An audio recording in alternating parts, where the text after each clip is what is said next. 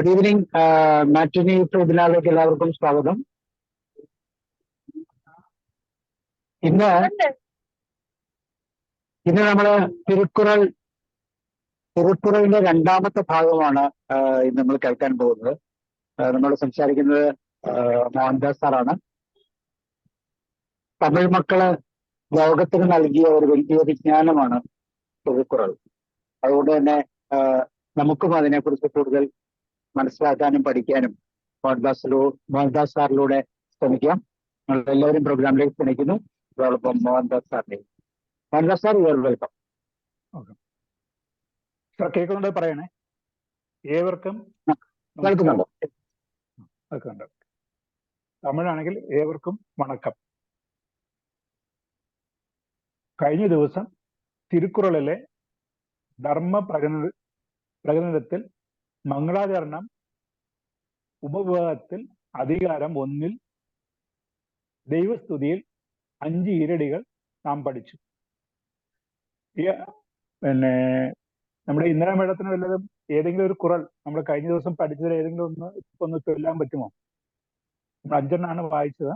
ആ 5 ഏതെങ്കിലും ഒന്ന് ഓർത്തെടുക്കാനോ അല്ലെങ്കിൽ ഒന്ന് പറയാനോ സാധിക്കുമെങ്കിൽ ഒന്ന് അൺമ്യൂട്ട് ചെയ്ത് പറയാം. അല്ലെങ്കിൽ ഞാൻ അന്ന് കഴിഞ്ഞ ക്ലാസ്സിൽ പറഞ്ഞ 5 വളരെ ചുരുക്കി അതിന്റെ എന്താണ് അതിലുള്ള ആശയം എന്നുള്ളത് ഞാൻ പറഞ്ഞേക്കാം. അക്ഷരങ്ങളെല്ലാം അകാരം മുതൽ ആകുന്നു.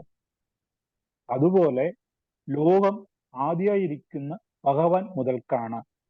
ഇതാണ് ആദ്യത്തെ തിരുക്കുറൾ നമ്മൾ പഠിച്ചത്. മലയാളത്തിൽ പറയുകയാണെന്നുണ്ടെങ്കിൽ അകരം മുതൽ എഴുത്തെല്ലാം ആദി ഭഗവൻ മുതൽക്കേ ഉലകം.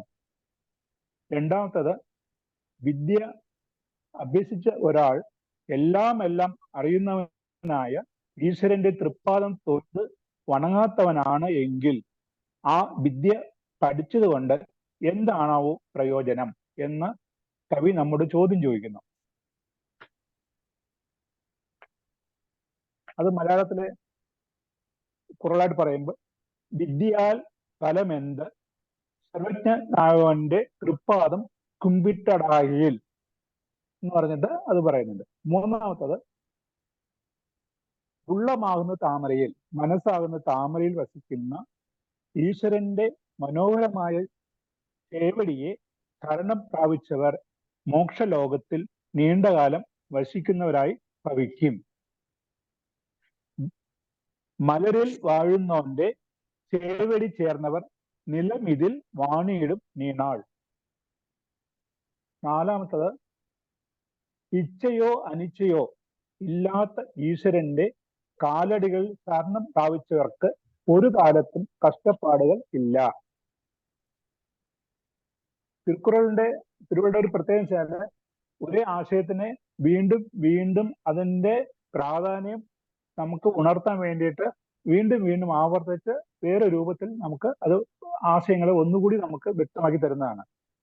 ഇഷ്ടാനിഷ്ടങ്ങൾ ഇല്ലാത്തവന്റെ താൾ ചേർന്നാൽ കഷ്ടങ്ങളില്ലൊരു പോതും ഇല്ല ഒരു പോതും. 5, ഈശ്വരന്റെ സത്യം ഉള്ളറിഞ്ഞ് ഉപാസിക്കുന്നവരെ സുഖവും ദുഃഖവും സ്പർശിക്കുകയില്ല. അതായത് ദൈവ പൊരുളിൽ പൊരുളറിഞ്ഞോരെ ഇരുൾ തീണ്ട ചൂഴുമിൻ തുன்பങ്ങൾ ഇൻപമോ തുன்பമോ അവരെ സ്പർശിക്കുകയില്ല. ഈ 4 അഞ്ചാമത്തത് ഇപ്പൊ പറഞ്ഞത്. ഈ 5 തിരുക്കുറളാണ് കഴിഞ്ഞ തവണ നമ്മൾ നോക്കിയത്. ഇന്ന് 6ാമത്തത് ഇതിലേക്ക് കടക്കുകയാണ്. സാറേ, ഇതല്ല, ഇതിന് മുമ്പത്തെ 5 ഇന്ദ്രിയമാണ്. സാറേ, 6ാമത്തെ തിരുക്കുറൾ കണ്ണ് കാത് അതാണ് വരുന്നത്. 5 ഇന്ദ്രിയം എന്ന ദൈവത്തിൽ മാർഗത്തിൽ പിൻ സെൽവോർ നീടൂഴി വാഴും. സാർ, ഇതിന്റെ അടുത്തത് നെക്സ്റ്റ് അടുത്തത്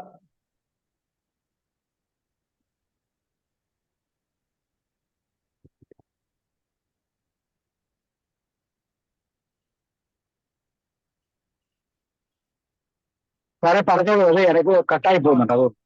ഓക്കെ. കണ്ണ്, കാത്, മൂക്ക്, നാവ്, ത്വക്ക്, ഇവയാണ് പഞ്ചേന്ദ്രിയങ്ങൾ. അതുകൊണ്ടുള്ള വികാരങ്ങളാണ് ദർശനം, ഗന്ധം, ശ്രവണം, രുചി, സ്പർശം.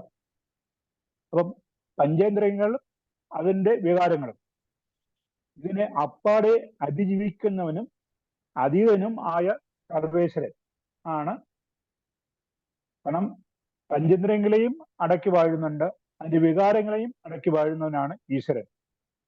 അങ്ങനെ കളങ്കമില്ലാത്ത ധർമ്മമാർഗത്തിലാണ് ഈശ്വരൻ നിലനിൽക്കുന്നത്, സ്ഥിതി ചെയ്യുന്നത്.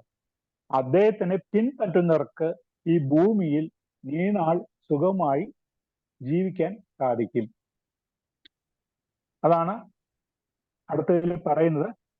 അഞ്ചിന്ദ്രിയം എന്ന് പറയും. വെன்ற അല്ലെങ്കിൽ വിജയിച്ച ദൈവത്തിൻ മാർഗത്തിൽ പിൻ ചെൽവോർ നൂടുവഴി വാഴും.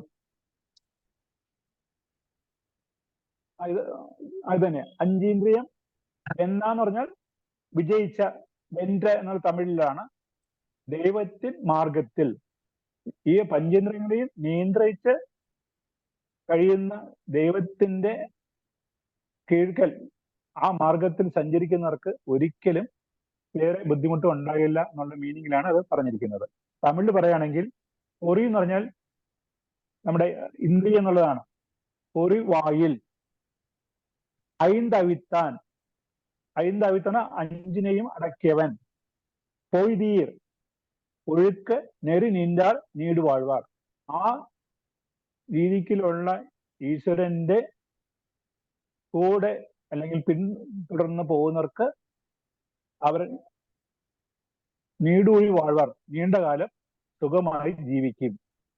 പൊറുവായിൽ ഐന്ത് അവിത്താൻ പൊയ്തീർ ഒഴുക്ക് നെറി നിന്റാർ നീടു വാഴ്വാർ.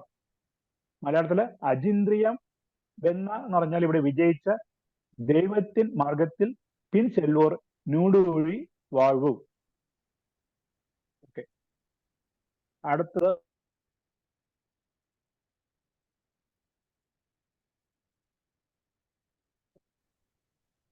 ഒന്നിനോട് അത്ര മഹത്വമുള്ള സർവേശ്വരന്റെ വാദത്തിൽ ചേർന്ന് നിൽക്കുന്നവർക്കല്ലാതെ, ഒന്നുകൂടി പറയാം, ഒന്നിനോടും ഉപമിക്കാൻ പറ്റാത്ത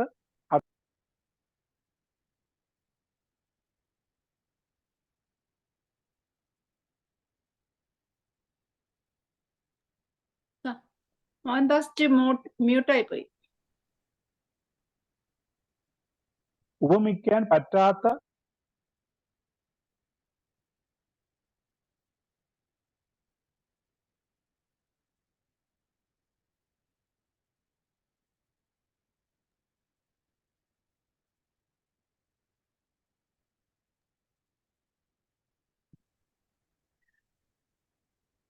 ഒന്നിനോടും ഉപമിക്കാൻ പറ്റാത്ത അത്ര മഹത്വമുള്ള സർവേശ്വരന്റെ പാദത്തിൽ ചേർന്ന് നിൽക്കുന്നവർക്കല്ലാതെ മറ്റാർക്കും ഭൗതിക ജീവിതത്തിൻ്റെതായ മനോദുഃഖങ്ങൾ മാറ്റാൻ പ്രയാസം തന്നെയാണ്.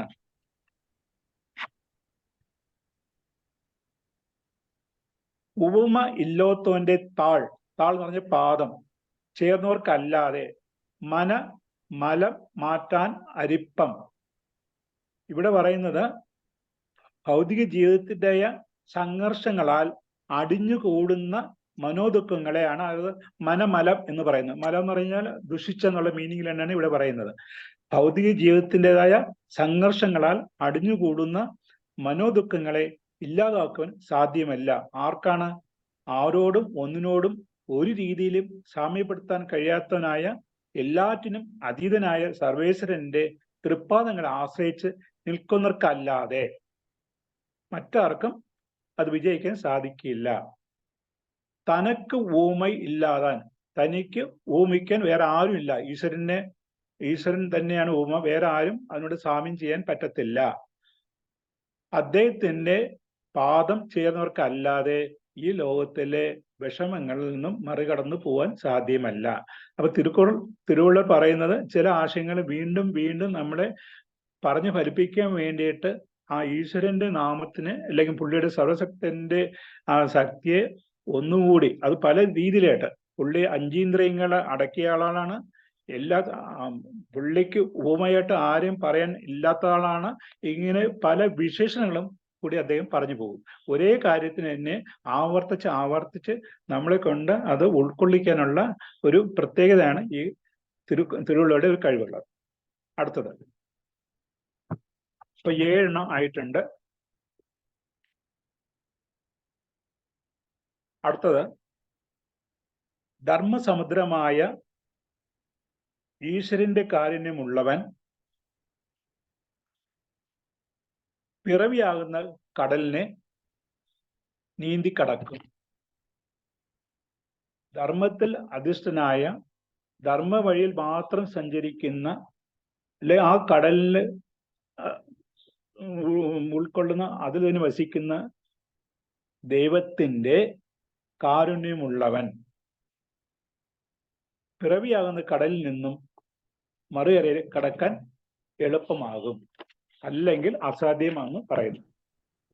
എല്ലാ ജീവജാലങ്ങളെയും നിലനിർത്തുവാൻ സമുദ്രം പോലെ പരന്നു കിടക്കുന്ന ഈശ്വരന്റെ ധർമ്മകാരുണ്യം,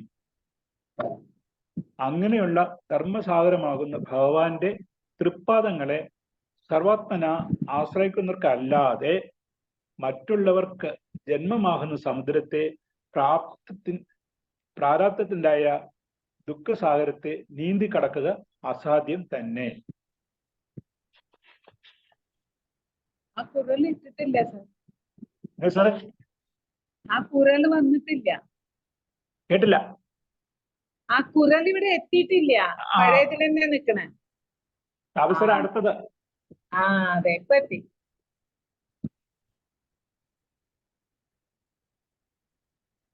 ഇതുമല്ല, ഇതുമല്ല സർ. അറവാഴി അന്തണൻ. അതിന് ഇവിടെ ഒറ്റ വാക്കാണ് അറവാഴി.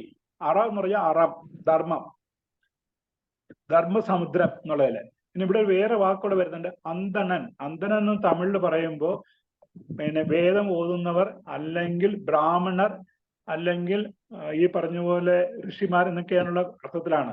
അവർ ഏത് തരത്തിലാണെന്നുണ്ടെങ്കിൽ ആ അന്തണൻ എന്നുള്ള വാക്കിന് 3 ആയിട്ട് ഇവിടെ പദം പിരിക്കുന്നുണ്ട്. അം അധികം ദൻ അധികം അൻ. ഉള്ളിൽ ആർദ്രതയും കാരുണ്യവും ഉള്ളവൻ എന്നുള്ള മീനിങ്ങില്. പിറവാഴി, അറവാഴി, ഇതെല്ലാം ഒരു പ്രാസത്തിന്റെ ഇതാണ് വരുന്നത്, പക്ഷെ മീനിങ് വേറെയാണ്. അറവാഴി, അറത്തിന്റെ വഴിയിൽ വാഴുന്നവൻ. ആഴി ഇവിടെ വാഴുന്നല്ല, ആഴി എന്ന് പറയും ഇവിടെ കടൽ. വഴി, പിറവിയാവുന്ന കടൽ. ആ 2 മീനിങ്ങിൽ. അപ്പം ആഴി എന്ന് പറയുമ്പോൾ കടൽ, കടലിനെ നീന്തി കടക്കുവാൻ ബുദ്ധിമുട്ടാവുന്നു എന്ന് പറയുന്നുണ്ട്. തമിഴ് പറയുമ്പോൾ കറക്റ്റായിട്ട് പറയുന്നുണ്ട്, ധർമ്മക്കടലിന് അടിചേർന്നവർക്കല്ലാതെ, ധർമ്മത്തിൽ അധിഷ്ഠനായ ഈശ്വരന്റെ കൂടെ ചേർന്നവർക്കല്ലാതെ ജന്മാപ്തി നീന്തൽ അസാധ്യം. ജന്മ അല്ലെങ്കിൽ പിറവി സമുദ്രം, പിറവിക്കടൽ നീന്തി കടക്കാൻ അസാധ്യമാവുന്നു.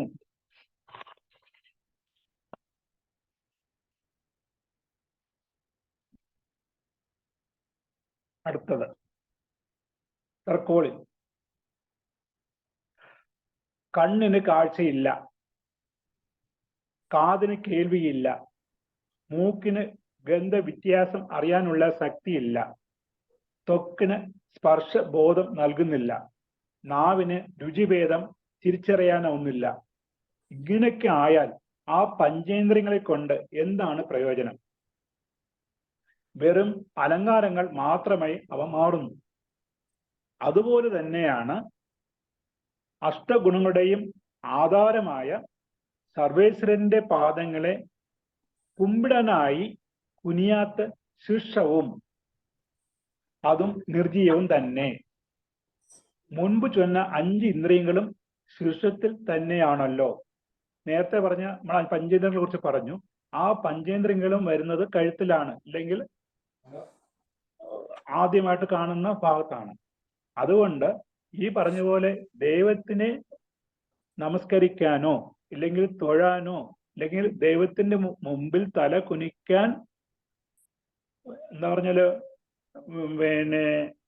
വിഷമിക്കുന്നതല്ല, താല്പര്യപ്പെടാതിരിക്കുന്നവർക്ക് ഈ 5 ഇന്ദ്രിയങ്ങൾ കൊണ്ട് എന്തെങ്കിലും പ്രയോജനമുണ്ടോ?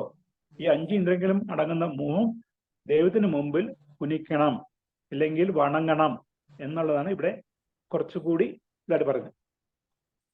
പൊറിയിറ് ഗുണമിലവേ എൻ കുണത്താൻ താളെ വണങ്ങാ തലൈ. ആ തല, അത് വണങ്ങുന്ന തലയാണ് തല, അല്ലാത്തതൊന്നും തല അല്ല എന്നുള്ള മീനിങ്ങിലാണ് തമിഴിൽ പറയുന്നത്.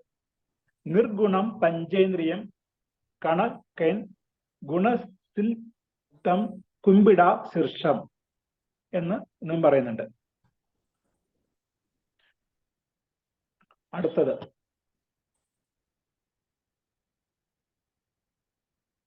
വീണ്ടും അത് തന്നെയാണ്. നേരത്തെ നമ്മൾ പറഞ്ഞു പിറവി പെരുങ്കടൽ പറഞ്ഞു, ആ സമുദ്രം എന്നൊക്കെ പറഞ്ഞു, അതേ ഇത് തന്നെ വീണ്ടും ആകുന്നു.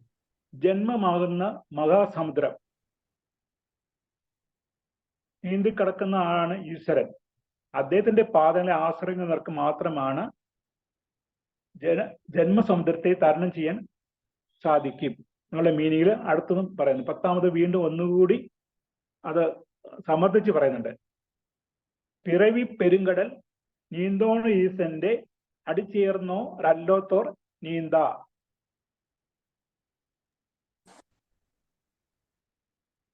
സർവേശ്വരന്റെ തൃപ്പാദങ്ങളെ നിരന്തരമായി ആശ്രയിക്കുന്നവർക്ക് മാത്രമേ ജന്മമാകുന്ന സാഗരം നീന്തിക്കടന്ന് മറുകരയെത്തുവാൻ കഴിയുന്നുള്ളൂ. അല്ലാത്തവരാകട്ടെ ആ പ്രാരാബ്ധ കടലിൽ വീണ് കൈകാലിട്ടടിക്കുകയും മുങ്ങിത്താഴുകയും മാത്രമേ ചെയ്യൂ. ഒരിക്കലും അവർക്ക് മറുകര കാണാൻ സാധിക്കുകയില്ല. പിറവി പെരുങ്കടൽ നീന്തുവർ നീന്താർ ഇറൈവൻ അടിച്ചേരാതാർ. പിറവി പെരുങ്കടൽ നീന്തുവർ എന്ന് പറഞ്ഞാൽ നീന്തി കടക്കും. നീന്താൻ പറ്റത്തില്ല ആർക്കാർ? ഇറൈവന്റെ, ഈശ്വരന്റെ പാദം ചേരാത്തവർക്ക്. അപ്പോൾ കഴിഞ്ഞ തവണത്തെ 5 തിരുക്കുറളാർന്ന ഈരടികൾ അതേപോലെ ഇത്തവണയും 5 ഉണ്ട്. ഒരേ ആശയങ്ങൾ തന്നെയാണ്. വീണ്ടും നമുക്കത് ഉൾക്കൊള്ളാൻ വേണ്ടിയിട്ട്, നമുക്ക് അതിന്റെ പ്രാധാന്യം മനസ്സിലാക്കാൻ വേണ്ടിയിട്ട് ആവർത്തിച്ച് തിരുവള്ളുവർ പറയുന്നുണ്ട്. അങ്ങനെ ആദ്യത്തെ അധ്യായം ദൈവസ്തുതി ഇപ്പോ പൂർണ്ണമാകുന്നു. കൗസറെ അടുത്തിലേക്ക് കിടക്കട്ടെ. നെറ്റ് കുത്തുന്നില്ല. നെറ്റ് കുത്തുന്നില്ല സാറ്. അടുത്തേക്ക് പറഞ്ഞു. ഇന്ന് ഇപ്പോൾ നമ്മൾ അനുഭവിച്ചുകൊണ്ടിരിക്കുന്ന മഴയുടെ പ്രാധാന്യം, അത് വേനൽ സമയത്ത് മഴ ലഭിക്കാതിരിക്കുകയായിരുന്നു. അതിന്റെ കാഠിന്യം നമ്മൾ മനസ്സിലാക്കി. അത് കഴിഞ്ഞപ്പോൾ തുടർച്ചയായി മഴ വന്നു. അതിന്റെ ബുദ്ധിമുട്ടും നമ്മൾ മനസ്സിലാക്കി. അപ്പോ ഈ ദൈവത്തിനെ ആരാധിക്കുന്നതിൽ, ദൈവത്തിനെ സ്തുതി ചെയ്ത് കഴിയുമ്പോൾ തൊട്ടടുത്തായിട്ട് പ്രകൃതിക്കാണ് ഏറ്റവും കൂടുതൽ മഹത്വം കൊടുക്കുന്നത് തിരുവള്ളുവർ. സ്തുതിയുടെ തൊട്ടടുത്ത സ്ഥാനം മഴയ്ക്ക് നൽകിയിരിക്കുന്നു. ഈ ലോകത്തെ നിലനിർത്തുന്നത് മഴയാണ്. മഴയില്ലെങ്കിൽ ചരാചരങ്ങൾക്ക് നിലനിൽപ്പില്ല. ജീവജാലങ്ങൾ ഇല്ലെന്ന് വരികിൽ ലോകവും ഇല്ലല്ലോ. ഈശ്വരന് പൂജയില്ല, ദാനധർമ്മങ്ങളില്ല, തപസ്സില്ല, ഒന്നുമില്ല. മഴയില്ലെങ്കിൽ ഒന്നുമില്ല. അങ്ങനെ ലോകം നിലനിർത്തുന്ന മഴ എന്തിനേക്കാളും പ്രധാനമാണ്. മഴ പെയ്തില്ലെങ്കിൽ ലോകത്തിന്, അതിലെ ചരാചരങ്ങൾക്ക് നിലനിൽക്കുവാൻ കഴിയില്ല. ചരാചരങ്ങൾ ഇല്ലെങ്കിൽ പിന്നെ ലോകവും ഇല്ല. അതുകൊണ്ട് ലോകത്തെ നിലനിർത്തുന്ന, അതിന് ചിരഞ്ജീവിത്വം നൽകുന്ന അമൃതമാണ് മഴ എന്ന് അറിയണം. ദേവകൾക്ക് ചിരഞ്ജീവിത്വം നൽകിയത് അമൃതം ആണ്. അതുകൊണ്ട് അത് മഴയെ അമൃതം കണക്കെ നമ്മൾ കാണണം എന്നുള്ള ഇതാണ് പറയുന്നത്. മഴ, ഞാൻ അത് വായിക്കാം. ശ്ലോകം ഇതാണ്: ലോകം മഴ കൊണ്ട് പോരുന്നതായാൽ മഴ തന്നെ ഈ മണ്ണിന് അമൃതം. 7 വാക്കേ ഉള്ളൂ. അതിങ്ങനെ പറയുന്നത്: ലോകം മഴ കൊണ്ട് പുലർന്നു പോരുന്നതാൽ മഴ തന്നെ ഈ മണ്ണിന് അമൃതം. വളരെ ലഘുവായിട്ട് പറയുന്നുണ്ട്. വാൻ நின்று உலகம் வழங்கி வருதலால் താൻ അമൃതം എൻ്റെ ഉണർപ്പാറ്റ് എന്ന് കരുതുക, മനസ്സിലാക്കുക.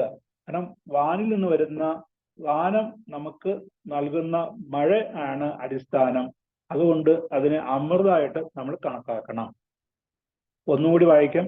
ലോകം മഴ കൊണ്ട് പുലർന്നു പോരുന്നതാൽ മഴ തന്നെ ഈ മണ്ണിന് അമൃതം.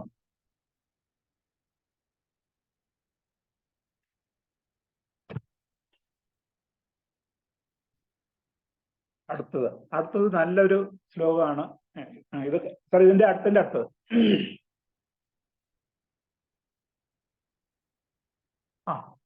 ഇത് പറയാം, ഇരിക്കട്ടെ. ഇത് തിരുവള്ളുവരുടെ ഒരു പ്രത്യേക ഒരു ഇതാണ്. വാക്കുകൾ കൊണ്ട് അമ്മാനം ആടുന്ന ഒരു രീതിക്കാണ്. അതായത് ഈ തമിഴിലൊരു വാക്കുകൾ പറയുന്നുണ്ട്. തുപ്പാർക്ക് ആ പ്രാസം നല്ല രീതിക്ക് പറയുന്നത്. തുപ്പാർക്ക് തുപ്പായ, തുപ്പാക്കി, തുപ്പാർക്ക് തുപ്പായതും മഴൈ. എല്ലാം ആ വാക്കുകളുടെ മീനിങ് ഓരോയിടത്തും ഓരോ അർത്ഥത്തിലാണ് വരുന്നത്. സോ മലയാളത്തിൽ നേരെ ഇതായിട്ട് വേറെ രീതിക്കാണ് അതിന്റെ പരിഭാഷ വന്നിരിക്കുന്നത്. ഞാൻ പറഞ്ഞുതരാം. അതായത് ഉണ്ണുന്നവർക്ക് നല്ല നല്ല ഭക്ഷണ സാധനങ്ങൾ ഒരുക്കി കൊടുക്കുന്നതും തുടർന്ന് അവർക്ക് താൻ തന്നെ ഒരു ഭക്ഷണം അല്ലെങ്കിൽ പാനീയം ആയി തീരുന്നതും ഈ മഴവെള്ളം തന്നെ. വളരെ എളുപ്പമായിട്ട് പറഞ്ഞു. ഉണ്ണുന്നോർക്ക് ഉണ്ണേണ്ട, അത് ഉണ്ടാക്കി താനും ഒരു ഉണ്ടായി തീരുന്നു. മാരി എന്ന് പറയുമ്പോൾ മഴയാണ്. അത് ആഹാരം പാകം ചെയ്യാനും വെള്ളം വേണം, ആഹാരമായിട്ടും വെള്ളം വേണം. അപ്പൊ അങ്ങനെ ഏതിനും വെള്ളം ആയിട്ട് മാറുന്നത്. എല്ലാത്തിലും വെള്ളം ഒരു പ്രധാന അംശമായിട്ട് മാറുന്നുണ്ട്. ഇവിടെ സാധാരണ അതിൽ തുപ്പാക്കി എന്ന് പറഞ്ഞു കഴിഞ്ഞാല് പിസ്റ്റലാണ് മീൻ ചെയ്യുന്നത്.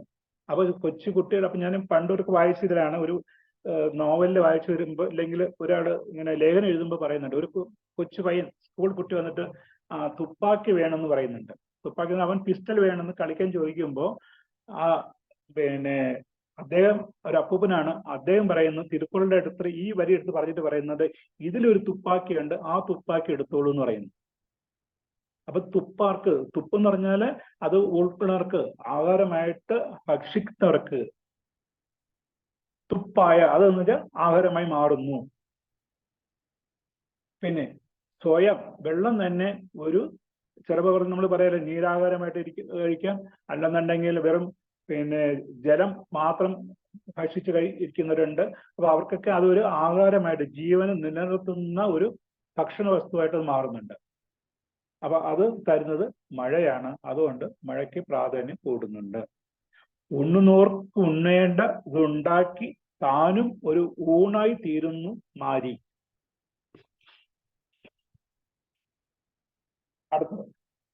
അടുത്തിലേക്ക് കിടക്കാം.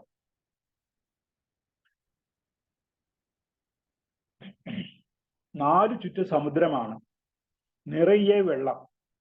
പക്ഷേ അതുകൊണ്ട് എന്ത് കാര്യം?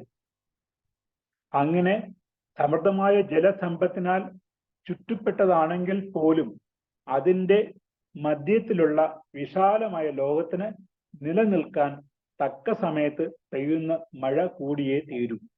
അല്ലാത്ത പക്ഷം വിശപ്പ് ജീവജാലങ്ങളെ കാർന്നു തിന്ന് എല്ലാം മുടിച്ച് കളയുന്നു.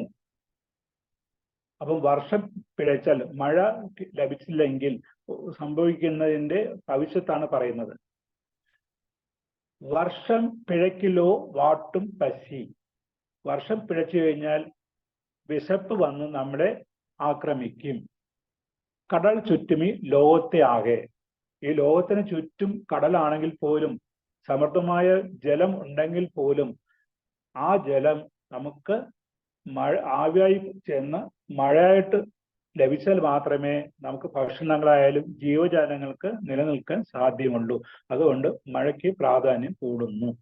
പണ്ട് പറഞ്ഞ പോലെ വെള്ളം സർവത്ര കുടിപ്പാനില്ല തുള്ളി എന്ന് പറഞ്ഞ പോലെ, ഈ പറയുന്ന സമുദ്രത്തിലെ ജലം നീരാവിയായി ആകാശത്തിൽ എത്തി അത് കാലക്രമേണ തണുത്ത് മഴയായിട്ട് വർഷിച്ചാൽ മാത്രമേ നമുക്ക് അതുകൊണ്ട് ഈ ഭൂമിക്ക് ജീവിക്കാൻ സാധിക്കുകയുള്ളൂ. അല്ലെങ്കിൽ വിശപ്പിന്റെ കരങ്ങളിൽപ്പെട്ട് ബുദ്ധിമുട്ടായി മാറും എന്നുള്ളത് പറയും. വിശപ്പ് വന്നു കഴിഞ്ഞാൽ പിന്നെ അതിനുള്ള വേറെ ഒരു മാർഗവും ഇല്ല എന്നുള്ളതല്ല. Win in പൊയ്പിൻ. വിൻ എന്ന് പറയുമ്പോൾ ഇവിടെ ആകാശം, അത് പിഴച്ചാൽ. വിരിനീർ. വിണ്ണിന്റെ പൊയ്പിൻ വിരിനീർ വിജനൂലക തുണ്ണി ഉണ്ടുടറും പശി. പശി വന്ന് പശിയുടെ ക്രൂര പിടിയിൽ ലോകം അവസാനിക്കും എന്ന് പറയുന്നു. അപ്പൊ അവിടെയും മഴയ്ക്ക് പ്രാധാന്യം കൊടുക്കുന്നുണ്ട്. അടുത്തത് ഇനി അടുത്ത കൃഷിക്ക് ഇത് എന്തുമാത്രം ഈ മഴയുടെ ആവശ്യം വരുന്നു എന്നുള്ള കുറിച്ചാണ് പറയുന്നത്. നമ്മൾ നേരത്തെ പറഞ്ഞില്ലേ പേമാരി, അതാണ് ഇവിടെ പുയൽ എന്ന് പറയുന്നത്. പേമാരി പോലെ മഴയുടെ ലത്തി. സമൃദ്ധമായി പെയ്തുകൊണ്ടിരിക്കുന്ന മഴയുടെ സാന്ദ്രത കണക്കില്ലാതെ കുറഞ്ഞു പോകുന്ന പക്ഷം, അതായത് തുലാവർഷമായാലും ഇടവപ്പതയായാലും കാലാകാലങ്ങളിൽ അത് ലഭിക്കേണ്ട രീതിക്ക് ലഭിച്ചില്ല എന്നുണ്ടെങ്കിൽ, അതാണ് സമൃദ്ധമായി പെയ്തുകൊണ്ടിരിക്കുന്ന മഴയുടെ സാന്ദ്രത കണക്കില്ലാതെ കുറഞ്ഞു പോകുന്ന പക്ഷം കൃഷി ആകെ അവതാളത്തിലാകും. പാടത്ത് കന്നുകൂട്ടി ഉഴാനും വിതയ്ക്കാനും ഒന്നും കൃഷിക്കാർക്ക് കഴിയാതെ വന്നു പോകും. ഭക്ഷണമാണല്ലോ നിലനിൽപ്പിന്റെ അടിസ്ഥാനം. അതിന് കൃഷി ഇറക്കിയേ പറ്റും. മഴ തെറ്റിയാൽ അതും തെറ്റി. ഭക്ഷണമില്ലാത്താവുന്നതോടെ മനുഷ്യരാ മാത്രമല്ല കഷ്ടത്തിലാവുന്നത്, ഇതര ജീവജാലങ്ങളുടെ അവസ്ഥയും ദുരിതപൂർണമാകും. ഇനി വായിക്കും. ഉഴവർ ഉഴാതെയും. ഉഴ എന്ന് പറഞ്ഞാൽ കൃഷി ചെയ്യാതെയും. ഉഴവൻ ഉഴവർ എന്നുള്ള മീനിങ്ങിലാണ് വരുന്നത്. കോരിച്ചൊരിയുന്ന മഴയുടെ ദാനം കുറഞ്ഞാൽ. മഴ ആവശ്യത്തിന് ലഭിക്കേണ്ട സമയത്ത് ലഭിച്ചാൽ മാത്രമേ കൃഷിക്കാരന് കൃഷി ഇറക്കാൻ സാധിക്കുകയുള്ളൂ. തമിഴില് ഏർ എന്ന് പറയുമ്പോൾ കലപ്പ. ഏരിൻ ഉഴാർ. കലപ്പ ഏന്തി ഉഴുന്നവൻ ഉഴവർ. പുയലെന്നും വാരി വളംകുന്തി കാൽ. പുയൽ പോലെ വരുന്ന ആ മഴ വന്നില്ലെങ്കിൽ കൃഷിക്കാരന് കലപ്പ ഏന്തി കൃഷി ചെയ്യാൻ പറ്റില്ല.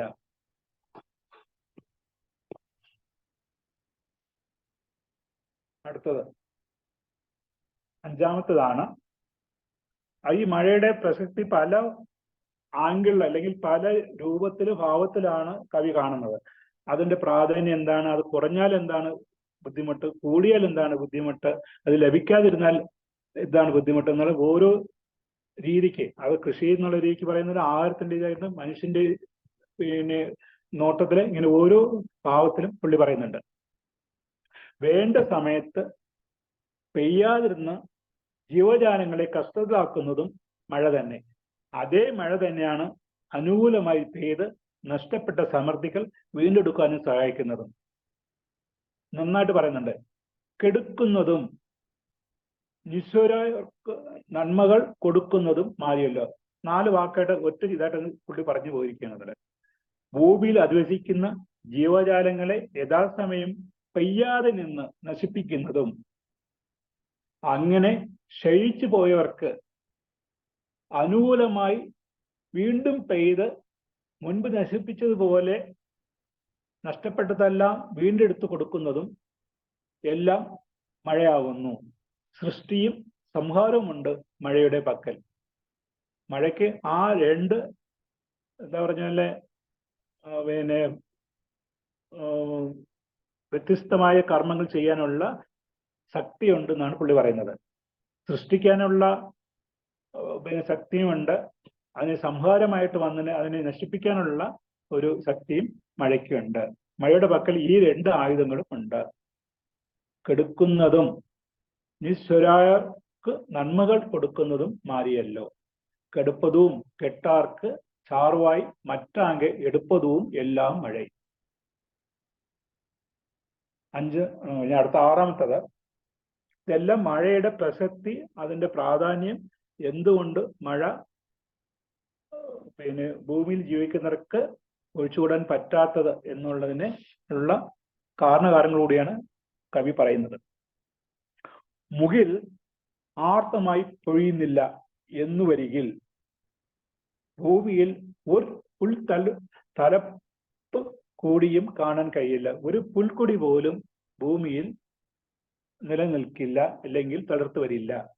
പിന്നെയാണോ മഹാവൃക്ഷങ്ങൾ, മനുഷ്യ ജീവിതങ്ങൾ, മറ്റ് ചരാചരങ്ങൾ എന്ന് ചോദ്യം ഇങ്ങോട്ട് ചോദിക്കുകയാണ്. മുകിൽ, മേഘം എന്താ പറഞ്ഞ പോലെ അത് ഗർഭം ധരിച്ചതുപോലെ ഈ നീരാവിക്ക് കൊണ്ട് കുറെ കഴിഞ്ഞ് അതിന്റെ സമയമാകുമ്പോൾ എന്താ പറയുക ഫലവൃഷ്ടിയായിട്ട് നമുക്ക് തന്നില്ലെങ്കിൽ ഭൂമിയിൽ ഒരു പുല്ല് പോലും മുളയ്ക്കത്തില്ല. ആ പുല്ല് പോലും മുളയ്ക്കാത്ത സമയത്ത് മഹാവൃക്ഷങ്ങൾ എങ്ങനെ ഉണ്ടാകും? മനുഷ്യ ജീവിതങ്ങൾ എങ്ങനെ ഉണ്ടാകും? മറ്റ് ചരാചരങ്ങൾ എങ്ങനെ നിലനിൽക്കും? കാർമുകിൽ, വളരെ വ്യക്തമാണ് ആ വാക്ക്, കാർമുകിൽ. വർഷഗണം പൊഴിക്കായോ കാണില്ല ഇളം പുൽത്തലപ്പും. ഒരു പുൽത്തലപ്പ് പോലും നാം വിട്ടുവരില്ല. പുൽത്തലപ്പ് നാം വിട്ടാലേ പിന്നെ ആ വിത്തിൽ നിന്ന് അല്ലെങ്കിൽ വൃക്ഷങ്ങൾ ഉണ്ടാകത്തുള്ളൂ. വൃക്ഷങ്ങൾ ഉണ്ടാകാനാലേ ബാക്കി ജീവൻ ഉണ്ടാകത്തുള്ളൂ എന്നുള്ളത് പറയുന്നുണ്ട്. വിജുംബിൻ തുളി വീൻ അല്ലാൽ മറ്റാങ്കെ ചുംപുൽ തലേക്കാൺ തരുത്. ആ തുള്ളി മഴ വീണ് പുൽ കൊടി തളിർത്തു വന്നാൽ മാത്രമേ ഭൂമിയിൽ ജീവജാലങ്ങൾ നിലനിൽക്കത്തുള്ളൂ. അടുത്തത്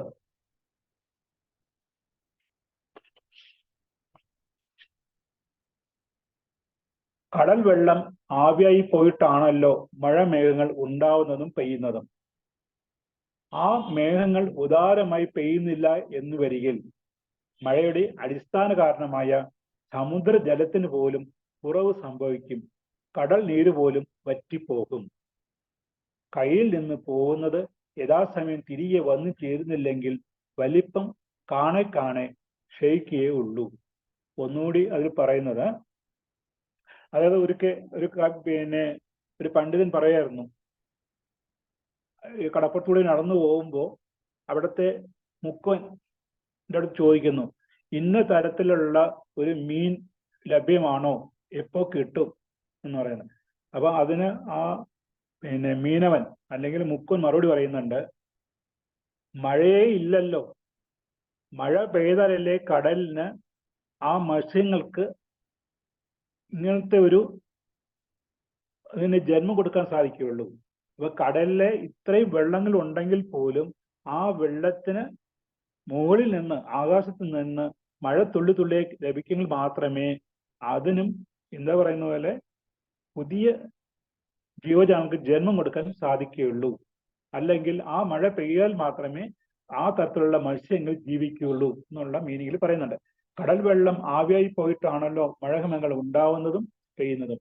ആ മേഘങ്ങൾ ഉദാരമായി പെയ്യുന്നില്ല എന്ന് വരികിൽ മഴയുടെ അടിസ്ഥാന കാരണമായ സമുദ്രജലത്തിന് പോലും കുറവ് സംഭവിക്കും.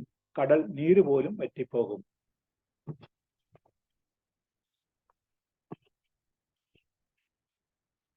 നെടിയ കടൽ നീരും, അതാണ് പറയുന്നത്, നെടിയ വളരെ വിസ്താരമായ നിറഞ്ഞു നിൽക്കുന്ന നീണ്ടു പരന്നു കിടക്കുന്ന കടൽ നീരും കുറഞ്ഞു പോവും കരിമേഘ നിരകൾ പെയ്യാതിരുന്നെങ്കിൽ. വളരെ ലളിതമാണ് ആ വാക്കുകൾ കൂടി തർജ്ജമ ചെയ്യുമ്പോഴും വളരെ അതിൽ കടുത്ത വാക്കുകളൊന്നുമില്ല. നെടിയ എന്ന് പറഞ്ഞാൽ നീണ്ട കടൽ പോലും അതിലെ നീര് പോലും കുറഞ്ഞു പോവും കരിമേഘ നിരകൾ പെയ്യാതിരുന്നിടിൽ. ആ പ്രാസം നോക്കിയേ, നന്നായിട്ട് കുത്തുന്നത്. തമിഴ് പറഞ്ഞു, നെടുങ്കടലും തൻ നീർമൈ കുൻറും, തൻ്റെ ഉള്ളളവ് തീർത്തു പോകും, അല്ലെങ്കിൽ കുറഞ്ഞു പോകും. കടുന്തഴിലിൻ താൻ നൽകാതാകി വിടിയുന്നു. അത് കാർമേഘങ്ങൾ മഴ പെയ്യാതിരുന്നാൽ കടൽ പോലും വറ്റി വരണ്ടു പോകും.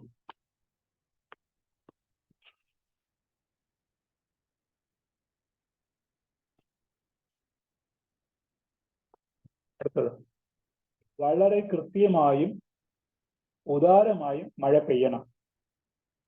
മേഘങ്ങൾ വരണ്ടുപോയാൽ, മഴ കിട്ടാതായാൽ ഭൂമിയിൽ മനുഷ്യർക്ക് മാത്രമല്ല പ്രയാസം, ദേവന്മാരുടെ കാര്യവും കഷ്ടം തന്നെ. അവർക്ക് വേണ്ടിയുള്ള ഹോമം, പൂജകൾ, ദാനം, ഉത്സവങ്ങൾ, മറ്റു വഴിപാടുകൾ ഇതെല്ലാം എങ്ങനെ നടക്കും? ദേവകളെ നിലനിർത്തുന്നതും ഈ മഴ തന്നെയാണ്. അത് മനുഷ്യന് സമൃദ്ധി ഉണ്ടെങ്കിൽ മാത്രമേ, അവൻ സന്തോഷത്തോടെ ജീവിക്കുമ്പോൾ മാത്രമേ അവൻ പൂജകളും മറ്റു കർമ്മങ്ങളും നിരന്തരമായിട്ട് ഇടതടവില്ലാതെ ഒരു കുറവുമില്ലാതെ ചെയ്യുകയുള്ളൂ. അവന്റെ നിലനിൽപ്പിന് തന്നെ ബുദ്ധിമുട്ടായിട്ട് ചോദ്യചിഹ്നമായി കഴിയുമ്പോൾ അവൻ മറ്റു ഗണങ്ങളെ അല്ലെങ്കിൽ ദേവഗണങ്ങളെ അല്ലെങ്കിൽ ഈശ്വരനെ പോലും അവൻ മറന്നേക്കും എന്നുള്ള മീനിങ്ങിലാണ് ഇത് പറയുന്നത്. മികവാർന്ന പൂജകളും ഇല്ലാതെയാ വാനം വരുളിയിൽ വാനോർക്കും ദുഃഖം. വാനോർ എന്ന് പറഞ്ഞാൽ ദേവന്മാർ എന്നുള്ള മീനിങ്ങിലാണ്. ഇവിടെ വാനത്തിൽ അല്ലെങ്കിൽ ആകാശത്തിൽ ജീവിക്കുന്ന അല്ലെങ്കിൽ അവിടെ വാണരുളുന്ന എന്നുള്ള മീനിങ്ങിലാണ്. മിക്കവാറും ഇത് വന്നിട്ട് ദൈവങ്ങൾ എന്നുള്ള മീനിങ്ങിൽ തന്നെയാണ് ഇരിക്കുന്നത്. സിറപ്പൊടു പൂജനൈ ചെല്ലാതെ വാനം വറക്കുമേൽ വാനോർക്കും ഉണ്ട്. അവർക്കുള്ള ഒരു കർമ്മങ്ങളും പൂജയോ പൂജകർമ്മങ്ങളോ ഇതൊന്നും തന്നെ അല്ലെങ്കിൽ ഉത്സവങ്ങളോ ഇതൊന്നും തന്നെ ചെയ്യാൻ പറ്റാത്തൊരവസ്ഥയായി മാറുന്നുണ്ട്.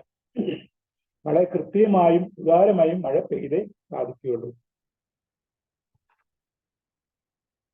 അടുത്ത എടുക്കാം.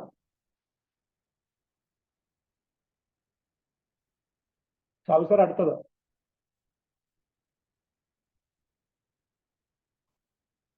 പറഞ്ഞോളൂ സാർ, പറഞ്ഞോളൂ, വന്നോളൂ.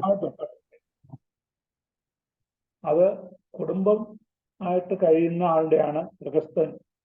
ഗൃഹസ്ഥന്റെ പുണ്യമാണ് ദാനം. ആ ഗൃഹസ്ഥൻ അവന്റെ ഉന്നതിയിലേക്ക് അല്ലെങ്കിൽ അവന്റെ ധർമ്മം ചെയ്യണമെന്നുണ്ടെങ്കിൽ അവൻ ദാനധർമ്മങ്ങൾ ചെയ്യണം എന്നാണ് നമ്മുടെ ഋഷിമാർ പറയുന്നത്. ഋഷിമാരുടെ പുണ്യമാണ് തപസ്. മേഘങ്ങൾ പൊഴിയുന്നില്ല എന്നിവരികിൽ ഈ രണ്ടും ക്ഷയിക്കും. ഈ രണ്ടും നടക്കില്ല. ദാനവും ദവം എന്ന് പറഞ്ഞാൽ തപസ്. ഗൃഹസ്ഥനായി നിന്നെങ്കിൽ അല്ലെങ്കിൽ കുടുംബസ്ഥനായി അല്ലെങ്കിൽ കുടുംബമായിരുന്നവനാണെങ്കിൽ അവൻ ദാനധർമ്മങ്ങൾ ചെയ്യേണ്ടി വരും. അല്ല യോഗിയായിട്ട് കഴിയുന്നുണ്ടെങ്കിലും അതിന് തപസ്സിരിക്കണമെങ്കിലും അതിനും വേണം. അവർക്ക് പുണ്യം ചെയ്യണമെങ്കിലും തപസ് ചെയ്യണമെങ്കിലും ഈ പ്രകൃതിയിലെ ഒന്നുമില്ലെങ്കിൽ നീരുറവെങ്കിലും ഉണ്ടായിരിക്കണം. മേഘങ്ങൾ പൊഴിയുന്നില്ല എന്നിവരികിൽ ഈ രണ്ടും ക്ഷയിക്കും. ഗൃഹസ്ഥന് ദാനം ചെയ്യണമെങ്കിൽ നീർ വാർക്കണം. ഋഷിമാർക്ക് തർപ്പണത്തിനും ജലം വേണം. മഴ പെയ്യാതാവുമ്പോൾ ഗൃഹസ്ഥാശ്രമി മുതൽ യോഗി വരെ ഉള്ളവരുടെ കർമ്മം നടക്കാതെ ആവുന്നു. ദാനം ദവം രണ്ടും ഇല്ലാതാം ലോകത്തിൽ മേഘം പൊഴിയുന്നില്ലെങ്കിൽ. ദാനം ദവം ഇരുണ്ടും തങ്ങില്ല ഉലകം വാനം വഴങ്ങാതിന്. ഈ ലോകത്തിന് മഴ ലഭിക്കാതെ വന്നാൽ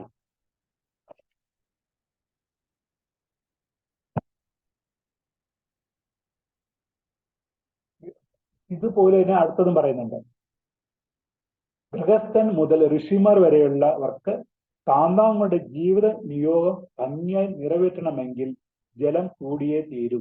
അങ്ങനെ എല്ലാ വിഭാഗത്തിൽപ്പെട്ടവരുടെയും ജീവിതത്തിന് അർത്ഥമുണ്ടാവണമെങ്കിൽ വെള്ളം ഉണ്ടാവണം.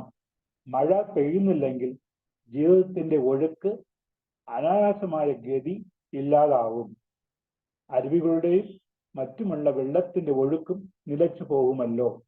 ചുരുക്കത്തിൽ ലോകത്തിന് ചിരഞ്ജീവത്വം നൽകിക്കൊണ്ടിരിക്കുന്ന അമൃതം മഴ തന്നെയാണ്. മഴയ്ക്ക് പകരം മറ്റൊന്നില്ല. നീരില്ലാതാകിൽ ലോകമീ ഇല്ലാ മേമാരി എല്ലെന്ന ഒഴുകും. നീരിൻ്റെ അമയാതുലകിൻ. നീരില്ലെങ്കിൽ ലോകമില്ല. നീർ എന്ന് പറഞ്ഞാൽ ആ നീര് വരുന്നത് മഴ. വാനിൻ്റെ അമയ ഒഴുക്ക്. അത് വാനത്തിലുള്ള മഴ ഇല്ലെങ്കിൽ നീരില്ല. ആ നീരില്ലെങ്കിൽ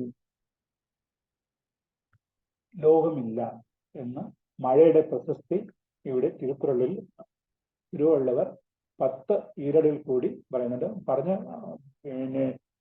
അർത്ഥങ്ങൾ അല്ലെങ്കിൽ ആ അർത്ഥശ്രദ്ധയുള്ള കാര്യങ്ങൾ വീണ്ടും വീണ്ടും ആവർത്തിച്ച് പറയുന്നുണ്ട്. മഴ വളരെ പ്രാധാന്യമാണ്. അതുകൊണ്ടാണ് നമ്മൾ ജലം ഉണ്ടോ നോക്കിയിട്ട് അന്യഗ്രഹങ്ങളിലേക്ക് നിരീക്ഷണം ചെയ്യുന്നതിന്റെ കാരണം എന്താണ്? ഇവിടെ ഭൂമിയിൽ അല്ലെങ്കിൽ ജലം ലഭ്യമല്ലാതെ വരുന്ന സമയത്ത് വേറെ എവിടെയെങ്കിലും ചെന്ന് പാർക്കണമെങ്കിൽ ചൊവ്വയിലോ വേറെ ഏതെങ്കിലും ഗ്രഹങ്ങളിലോ ഉണ്ടോ എന്ന് നമ്മുടെ പരീക്ഷണം നടത്തുന്നു. സാർ, ഇനി അടുത്ത ചർച്ചയിലേക്ക് കിടക്കാം. Okay sir.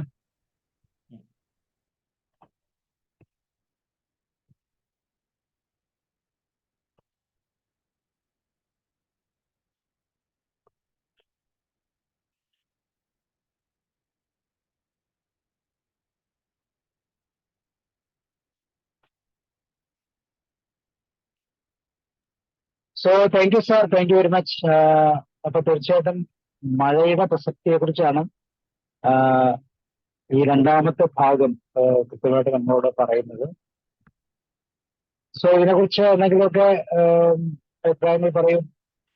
ആരാണ് പറയുന്നത്?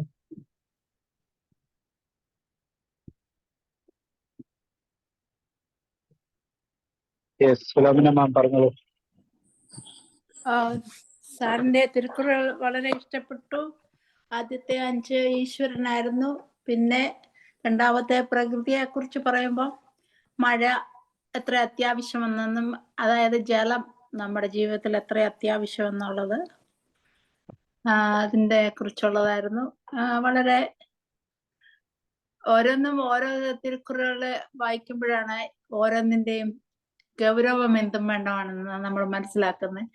കൃഷിക്കായാലും പാചകം ചെയ്യാനാണേലും കുടിക്കാനാണെങ്കിലും എന്തെല്ലാം ജലത്തിന്റെ ആവശ്യമെന്ന്. നമ്മുടെ ശരീരം തന്നെ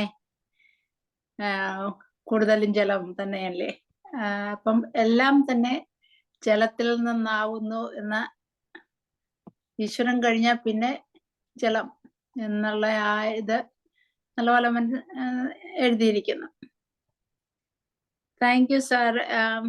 മോഹൻദാസ് ജി ഇത് തിരുക്കുറൾ ഓരോന്നോരോന്നായി പഠിപ്പിച്ച് തരുന്നില്ല. അതിനിടയ്ക്ക് എൻ്റെ വൈഫൈ പോയി, എനിക്ക് ഇച്ചിരി പ്രോബ്ലം ആയിരുന്നു തിരിച്ച് കയറാൻ. Thank you.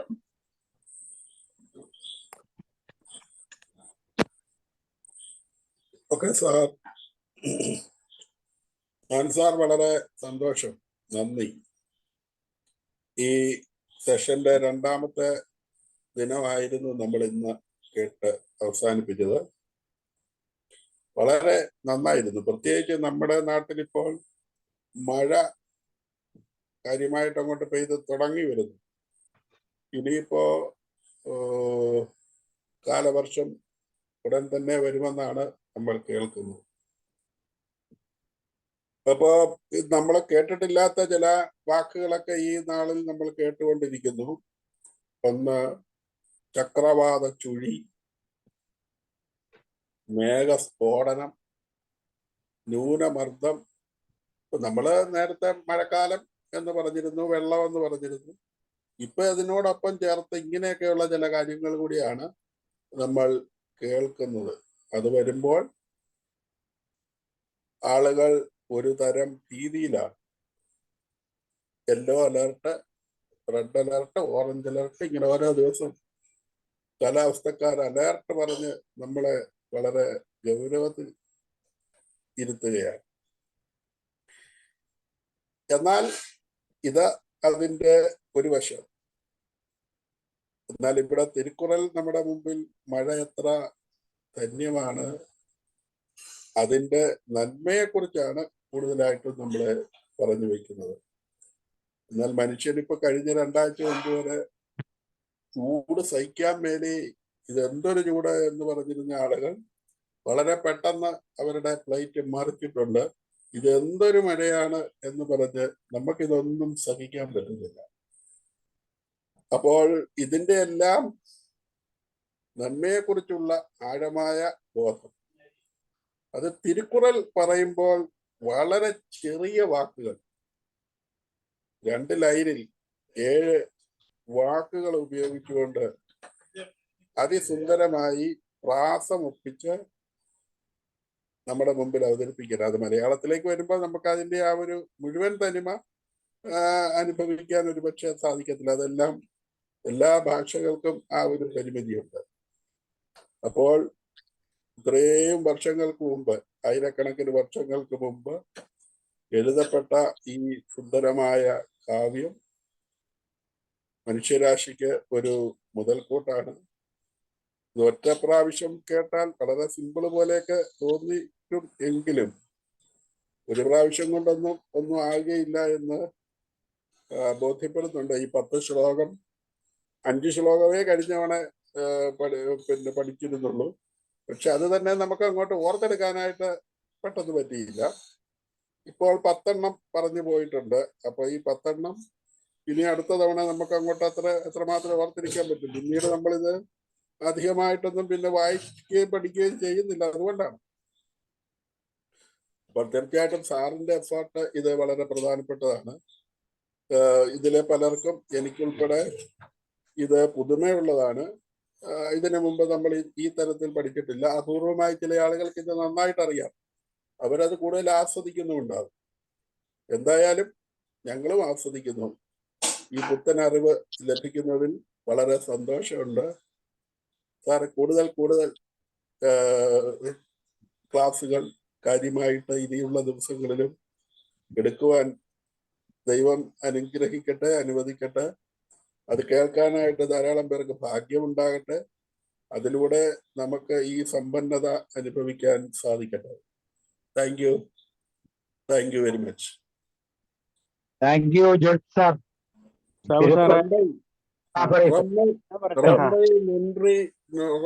നന്ദി കരട്ടിനേൻ. ഓക്കെ. ജോർജ് സാർ, ഈ തിരുക്കുറൾ എഴുതുന്ന കാലഘട്ടങ്ങളില് മനുഷ്യരൊക്കെ നല്ലതായിരുന്നു, പ്രകൃതിയൊക്കെ സമ്പന്നമായിരുന്നു. പക്ഷെ ഇപ്പോഴത്തെ അവസ്ഥ എല്ലാം തകിടം മറിഞ്ഞ അവസ്ഥയാണ്. ഒരുപക്ഷെ തിരുത്തി എഴുതേണ്ടി വരും അല്ലേ? വരണം. കാലത്ത് ഈ മേഘസ്ഫോടനമൊന്നുമില്ല. ആഴിയും കടലും വെള്ളവും എന്നൊക്കെ ഉള്ളൂ. യെസ്. അപ്പോ ഞാൻ പറയട്ടെ സാറേ? പറയൂ. ഈ മഴയെ പറ്റി നല്ലൊരു ക്ലാസ് ആണ് സാർ എടുത്തത്. മഴയെ പറ്റി പറയുമ്പോൾ മഴ കാലാവസ്ഥ വളരെ സിസ്റ്റമാറ്റിക് ആയിട്ട് ഇങ്ങനെ നടന്നു പോവുകയാണെങ്കിൽ വളരെ ഭംഗിയാണ് കാണാനും. എല്ലാം കൃഷികളൊക്കെ വളരെ നന്നായി ഉണ്ടാവും. മുമ്പൊരു കാലം അങ്ങനെ ആയിരുന്നു. ഒരു ജൂൺ 1-ാം തീയതി മഴ തുടങ്ങിയാൽ ജൂൺ, ജൂലൈ, ഓഗസ്റ്റ്, സെപ്റ്റംബർ വരെ 3-4 മാസം ശരിക്കും മഴ ഉണ്ടാകുമായിരുന്നു. അപ്പൊ ഈ മഴയെ ആശ്രയിച്ചുകൊണ്ട് മാത്രം കൃഷി ഇറക്കുന്ന എത്രയോ സ്ഥലങ്ങൾ ഉണ്ടായിരുന്നു. ഇപ്പോ കാലഘട്ടം ആകെ മാറി, കാലവർഷം മാറി. അങ്ങനെയൊക്കെ ആവുമ്പോ കതിര് വരുന്ന സമയത്ത് വളരെ മഴ കിട്ടാതിരിക്കുകയും ആകെ കതിരിന്റെ സമയത്ത് ആകെ മഴ കിട്ടാതിരുന്നാൽ കൃഷിയാകെ നശിച്ചു പോകും. അതുപോലെ തന്നെ ഈ കൃഷി കതിര് വന്ന് കൊയ്തിരിക്കുമ്പോ കൃഷി കൊയ്തിട്ട് കിടക്കുന്ന സമയത്ത് മഴ പെയ്താല് ഒന്നായിട്ട് നശിച്ചു പോകും. ഇവിടെ സാധാരണ ഉത്തർപ്രദേശിലൊക്കെ ഉണ്ടാവാറുണ്ട്, നാട്ടിലുണ്ടാവാറുണ്ടാവും. കൊയ്തിട്ടാല് വലിയ പാടങ്ങളാവുമ്പോ പെട്ടെന്ന് കൊയ്ത് ഇട്ട കുറെ ആഴ്ചകളോളം എടുക്കും അത് വന്ന് കൊയ്ത് മറ്റേ മെഷീൻ വന്ന് ശരിയാക്കാനൊക്കെ. അപ്പോഴത്തെ കൃഷി നല്ല ഇതൊക്കെ നഷ്ടപ്പെട്ടു പോകും. അങ്ങനെ പല പ്രാവശ്യം ഉണ്ടായിട്ടുണ്ട്.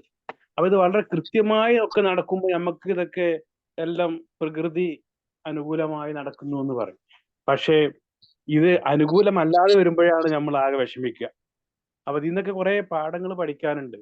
ദൈവം എല്ലാം കൃത്യമായ സമയത്ത് എല്ലാം ചെയ്തുകൊണ്ടിരിക്കുമ്പോൾ നമ്മൾ ഗ്രാറ്റിറ്റ്യൂഡ് നൽകിക്കൊണ്ടിരിക്കണം. കാലാവസ്ഥ ഏത് കാലാവസ്ഥയാണ്, കാലാവസ്ഥയെ ഒരിക്കലും ശപിക്കാൻ പാടില്ല എന്നുള്ളതൊക്കെയാണ് ഇതിന്റെ ഗുണപാഠങ്ങൾ. Okay, thank U.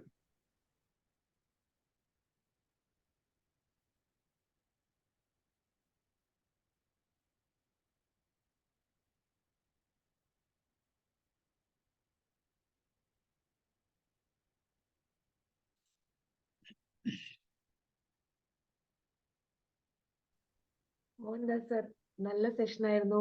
ഞാൻ കുറച്ച് ലേറ്റ് ആയി പോയി കയറാൻ വേണ്ടിട്ട്.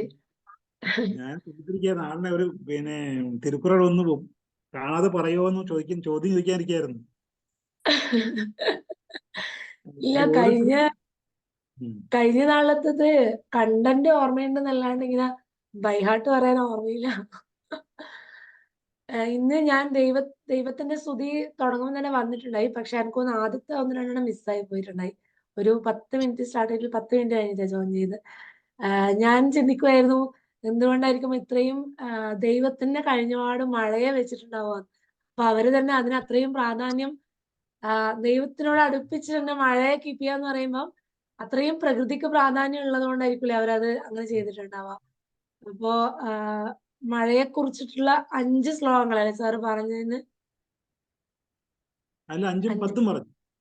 10 പറഞ്ഞു. Okay okay. അപ്പോ എന്തായാലും വളരെ മനോഹരമായിട്ടുള്ള സെഷനായിരുന്നു. കുറെ കാര്യങ്ങള് നമുക്ക് ഉള്ളിലേക്ക് ടച്ച് ചെയ്യാൻ പറ്റിയ കാര്യങ്ങൾ ഉണ്ടായിരുന്നു. അപ്പോൾ സാറിന് ഒരുപാട് നന്ദി ഈ എഫേർട്ട് എടുക്കുന്നതിന്. Thank you sir. എല്ലാ വെള്ളിയാഴ്ചകളിലും കൃത്യസമയത്ത് തന്നെ ജോയിൻ ചെയ്യാനുള്ള എല്ലാ പരിശ്രമങ്ങളും ഉണ്ടാവും. Thank you sir. അതിനോടൊപ്പം ഒരു കുറള് ഈരടിയെങ്കിലും ഒരു തവണ പഠിച്ച് ഒന്ന് ഇതാക്കാൻ നോക്കുക. അപ്പൊ ഓട്ടോമാറ്റിക് ആയിട്ടെ നമുക്ക് എല്ലാവർക്കും എല്ലാം ഇഷ്ടമാകത്തില്ല. ചിലർക്ക് വളരെ പ്രാസം ഒത്തു വരുമ്പോ പറയാൻ എളുപ്പമായിട്ട് തോന്നും, നമുക്ക് മനസ്സിൽ പതിയും. ഏതെങ്കിലും മഴയെ കുറിച്ച് പറയുമ്പോ അല്ലെങ്കിൽ ഒന്ന് ഏതെങ്കിലും ഒരു ഇത് ഓർമ്മ വരണം. അതെ അതെ, ശ്രമിക്കാം സർ, ശ്രമിക്കാം. എഴുതി വെച്ച് പഠിക്കാൻ ശ്രമിക്കാം. ഓക്കെ. ചിലതുണ്ട് വളരെ ലളിതമായിട്ട് വാക്കുകളുള്ളതുണ്ട്, ലളിതമായിട്ടുള്ളത്. അതെ അതെ, ഓക്കെ സർ. ഞാനിന്ന് ഒരു യാത്രയിലായിരുന്നു, എയർപോർട്ട് വരെ പോയിക്കൊണ്ടിരിക്കുക. അപ്പൊ ഞാൻ കാറിൽ വെച്ച് ഇതൊക്കെ ചെയ്യുന്നത്. അതുകൊണ്ടാണ് ഞാൻ എന്തോട് ചോദിച്ചത്, ഫ്രീ ആകുമോ എന്ന് ചോദിച്ചത്. അപ്പൊ ഞാൻ മോളെ പല്ല് ഏൽപ്പിക്കുന്നുണ്ട്, മോളെ എണീച്ചിട്ടേ ഉണ്ടായില്ല. Okay sir. ഓക്കെ.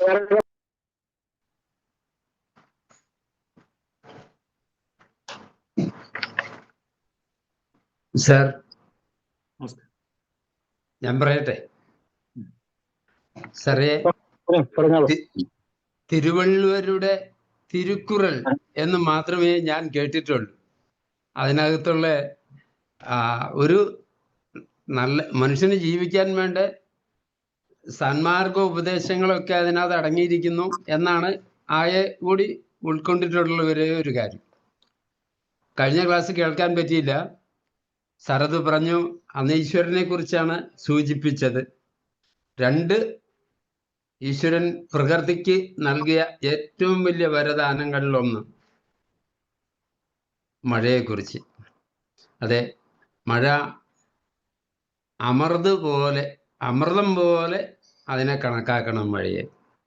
അതുപോലെ എത്ര ഘട്ടങ്ങളായിട്ടാണ് പറയുന്നത്, ഉണ്ണുന്നവർക്ക് ഉണ്ണേണ്ടത് ഉണ്ടാക്കി തരുമൊരു ഊണായി തീരുന്നു മാരി. പിന്നെ വർഷം പിഴക്കിൽ ലോകത്തിന് ഭൂമിക്ക് ചുറ്റും കടലുണ്ടെങ്കിലും കാര്യമില്ല, വർഷം പിഴക്കിൽ എല്ലാം പിഴച്ചു, നിലനിൽപ്പ് തന്നെ പ്രശ്നം. അതുപോലെ എല്ലാത്തിനും മഴയെ മനുഷ്യനെ ആശ്രയിക്കാതെ തരമില്ല. മഴയില്ലെങ്കിൽ ജീവൻ അധികം കാലം നിലനിൽക്കില്ല. നമ്മുടെ ഇടയ്ക്കിടയ്ക്ക് ടി വിയിലൊക്കെ കാണാമല്ലോ, സോമാലിയയിലെ എത്യോപ്യയിലും ഒക്കെയുള്ള രംഗങ്ങളിലൊക്കെ വരൾച്ചയുടെ കെടുതി അനുഭവിക്കുന്ന നാടുകളിലെ സ്ഥിതിവിശേഷം അല്ലേ. വേനൽക്കാലം കഴിഞ്ഞിട്ട് ആ മഴക്കാലം അങ്ങ് തുടങ്ങിക്കഴിയുമ്പോഴേക്കും പ്രകൃതി അങ്ങ് മാറി ചിരിക്കുന്ന ചിരി, ആ പച്ചപ്പൊക്കെ നമ്മൾ എന്നും കാണുന്നതല്ലേ, നമ്മുടെ നാട്ടിൽ സുലഭമാണ്. അത് വലിയൊരു അനുഗ്രഹം. എന്തായാലും എത്രയോ കാലം മുമ്പേ തിരുക്കുറൽ ഇങ്ങനെയൊക്കെ എഴുതി വെച്ച തിരുവള്ളുവരിനെ ആദരപൂർവ്വം സ്മരിക്കുന്നു. അവതരിപ്പിച്ച മോഹൻദാസ് സാറിനോട് പ്രത്യേകം നന്ദി, അഭിനന്ദനം അറിയിച്ചുകൊണ്ട് നിർത്തുന്നു സാർ. ഇനിയും ഇതിൻ്റെ ഉൾപ്പൊരുളുകൾ പൊളിച്ച് കാണിച്ച് തരണം. Thank you so much sir.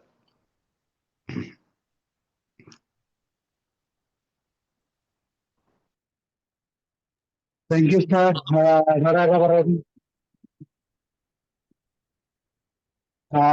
Mohandas sir, ഈ മഴയെ ഇത്ര പ്രാധാന്യമുള്ളതാക്കി പറയാനുള്ള ഒരു പ്രധാനപ്പെട്ട മറ്റു കാരണങ്ങളുണ്ടോ?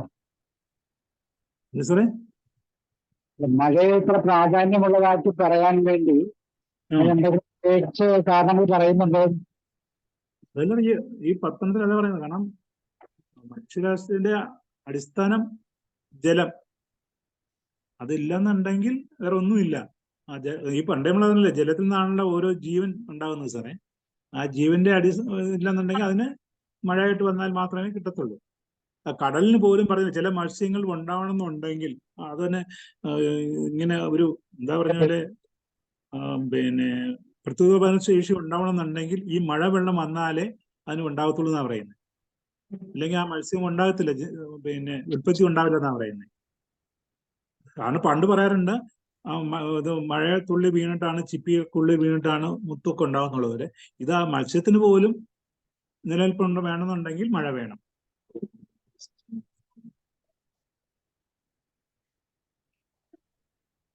ഇന്ന് ആ ഒരു കോഡീകരിച്ചില്ല ഏതൊക്കെ കുറളാണ് ഏതിനൊക്കെ അടിസ്ഥാനമായിട്ടുള്ളതെന്ന് അങ്ങനെ ഒരു തരംതിരിക്കാൻ എനിക്ക് ഇന്ന് സമയം കിട്ടിയില്ല.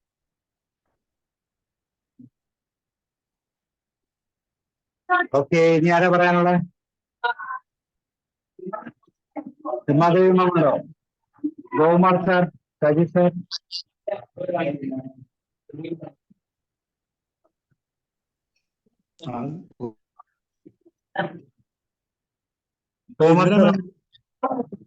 ഗോകുമാരാണ്.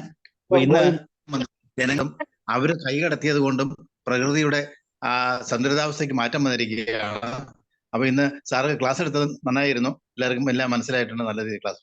നന്ദി.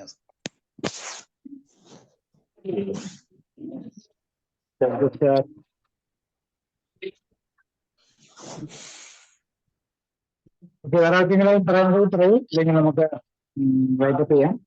മോർഗ സാർ, അടുത്ത ആഴ്ച എന്താ ചെയ്യുന്നതെന്ന് പറയും.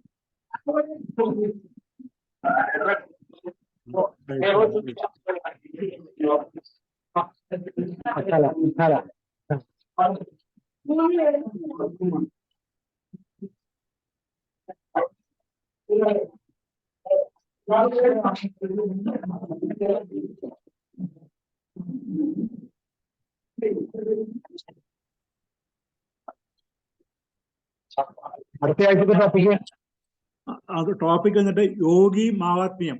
അതായത് നമ്മുടെ നിന്നും നമ്മളെ വിട്ടുപോയ മഹാന്മാരുടെ ഋഷിമാരുടെ മഹത്വത്തെ കുറിച്ചാണ് പറയുന്നത്. അധ്യായം 3 ആണോ? അധ്യായം 3.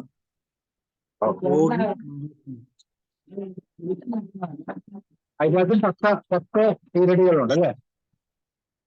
10 വരും. എല്ലാത്തിലും 10 തന്നെ സാർ. 10 യോഗി മഹാത്മ്യം. അപ്പൊ നമുക്ക് അടുത്ത ആഴ്ച കേൾക്കാം അല്ലേ sir? Okay, thank U.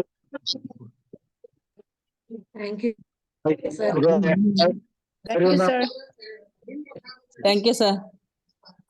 Madam. സാറേ ഇത് ഞാൻ ആദ്യമായിട്ടാണ് കേൾക്കുന്നത്. കഴിഞ്ഞ ക്ലാസ്സിലൊന്നും ഉണ്ടായിരുന്നില്ല. ശരിക്കും കടി കെട്ടിയാണ് സാറേ തമിഴ്. സാധാരണ തമിഴല്ലല്ലോ നമ്മൾക്ക് കേൾക്കുമ്പോ. സാർ എന്നിട്ട് ഇതെല്ലാം നല്ല അതിന്റെ അർത്ഥം ഇങ്ങനെ പറയുമ്പോ കറക്റ്റ് ആയിട്ട് പറയാണ്. ഞാനെല്ലാം കേട്ടു. അപ്പൊ കഴിഞ്ഞ ക്ലാസ്സിൽ ഉണ്ടായിരുന്നില്ല ഞാന്. അപ്പൊ നന്നായിട്ടുണ്ട് സാറേ. Thank you sir. നിങ്ങളുടെ ഈ മറുപടി കിട്ടുമ്പോഴാണ് എനിക്കൊരു പറയാനുള്ള ഇത് ഉണ്ടാവുന്നത്. യെസ്, അറിയാം സാറേ, അറിയാം. എല്ലാം കാരണം ആ കവി ഉദ്ദേശിച്ചത് വേറെ കവി മുഖാന്തരമാണ് ഞാൻ നിങ്ങൾക്ക് തരുന്നത്. അതെ, കാരണം ആ തമിഴ് സാധാരണ തമിഴ് പോലെയല്ല. Thank you sir. നിങ്ങൾ ഒരു അംശമെങ്കിലും നിങ്ങളുടെ എത്തിയിട്ടുണ്ടെങ്കിൽ യെസ് സാർ. കാരണം ഇതെന്താന്നുള്ളത് അറിയാൻ വേണ്ടിയിട്ടുള്ള ആഗ്രഹം ഉണ്ടായിരുന്നു മുമ്പേ. അല്ല, നിങ്ങളുടെ ആകാംക്ഷയും നിങ്ങളുടെ ഒരു മുഖത്തെ ഒരു എന്താ പറഞ്ഞാല് സന്തോഷമായിട്ടിരിക്കുന്നത്. കാരണം ഒരു കുട്ടിയായാലും 5 കുട്ടികളായാലും മതി, എനിക്ക് 50 പേര് വേണമെന്നില്ല. പക്ഷെ അത് ഉൾക്കൊള്ളാനുള്ള, കാരണം ജോസി സാറ് എല്ലാവരും അവിടെ ഇന്ന് വന്നിട്ടുണ്ട്. ഇവരൊക്കെ ഇത്രയും അകലെ ഇരുന്നിട്ട് പോലും, അതുപോലെ അനുവിന്ദ ബാലൻ, എത്രയോ രാജ്യങ്ങൾക്ക് അപ്പുറത്ത് ഇരുന്നിട്ട് പോലും അവർക്ക് അതൊരു താല്പര്യമുള്ളതുകൊണ്ടാണ് വന്നത്. ഇത്രയും ഞാൻ കയറുമ്പോ കുറച്ച് ലേറ്റ് ആയി സാറേ, ഒരു 10 മിനിറ്റ് ലേറ്റ് ആയി. ഞാൻ പുറത്ത് പോയിട്ട് വന്നതേ ഉള്ളൂ. സന്തോഷമുണ്ട്. പ്രാവശ്യം നമ്മുടെ ഈ